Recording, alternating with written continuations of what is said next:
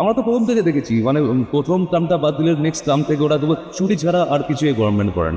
মানে ওনার ভাইপো বিভিন্ন ধরনের মুখ্যমন্ত্রী ভাইও বিভিন্ন ধরনের দুর্নীতির সঙ্গে জড়িয়ে পড়েছে।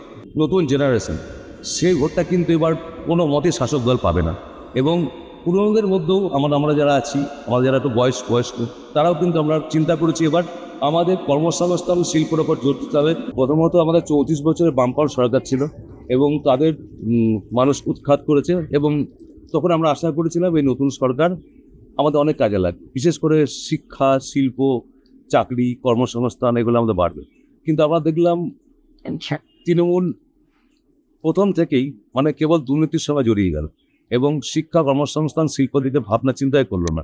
যার ফলে আজকে আমাদের বাংলাতে অপরিসীম বেকারত্ব এবং দুর্নীতি চরমভাবে প্রকাশ পেয়েছে। আপনি লক্ষ্য করবেন যে আমাদের একের পর এক মন্ত্রীরা বিভিন্ন করাপশনের সঙ্গে যুক্ত হয়েছে এবং যার ফলে করাপশন হওয়ার জন্য আমাদের যে উন্নয়নমূলক কাজগুলো হয় সেগুলো সমস্ত থমকে গেছে। কেবল ভাতার উপর নির্ভর করে একটা সরকার চলতে পারে না।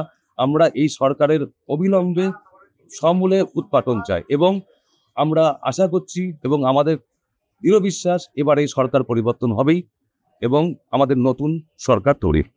আমরা তো প্রথম থেকে দেখেছি মানে প্রথম টার্মটা বাদ দিলে নেক্সট টার্ম থেকে ওরা কেবল চুরি ছাড়া আর কিছু এই গভর্নমেন্ট করেনি এবং প্রত্যেকটা মন্ত্রী থেকে আমলা এবং এমনকি মানে ওনার ভাইপো বিভিন্ন ধরনের মুখ্যমন্ত্রী ভাইও বিভিন্ন ধরনের দুর্নীতির সঙ্গে জড়িয়ে পড়েছে। কিন্তু আমাদের এবং দেখবেন বহু মন্ত্রী আমরা জেলও কেটে এসেছে এবং তারপরে হয়তো ওরা এখনো পর্যন্ত চার্জশিটে আছে, কিন্তু ওরা কিন্তু পরবর্তীকালে অ্যারেস্ট হবে, এটা আমি আশা করছি। আমার তো দৃঢ় বিশ্বাস মনে হয় এবার পরিবর্তন, কারণ মানুষের যেটা আমাদের নতুন জেনারেশন সেই ভোটটা কিন্তু এবার কোনো মতে শাসক দল পাবে না। এবং পুরনোদের মধ্যেও আমরা যারা আছি, আমাদের যারা একটু বয়স্ক তারাও কিন্তু আমরা চিন্তা করেছি এবার আমাদের কর্মসংস্থান শিল্পের ওপর জোর দিতে হবে এবং আমাদের সত্যি করে সোনার বাংলা তৈরি